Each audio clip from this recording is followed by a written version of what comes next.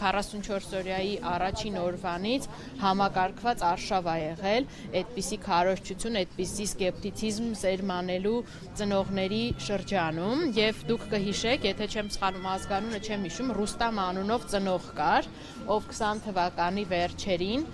արդեն իսկ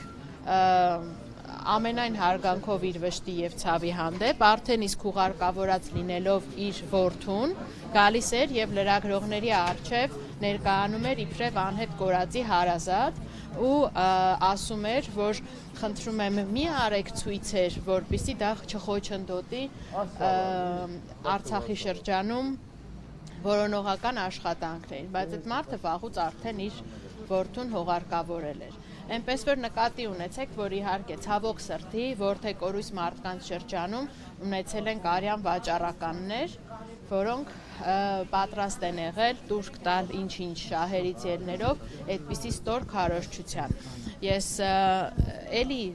ըմբռնումով եմ մոտենում բոլոր այն ծնողների հարազատների վախերին, որոնք հույս ունեն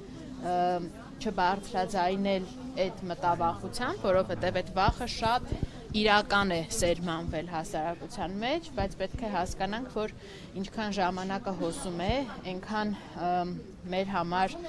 բարենպաստ լուծում, իսկ բարենպաստը թող բոլորը ինձ ներեն, բայց իմ համար գոնե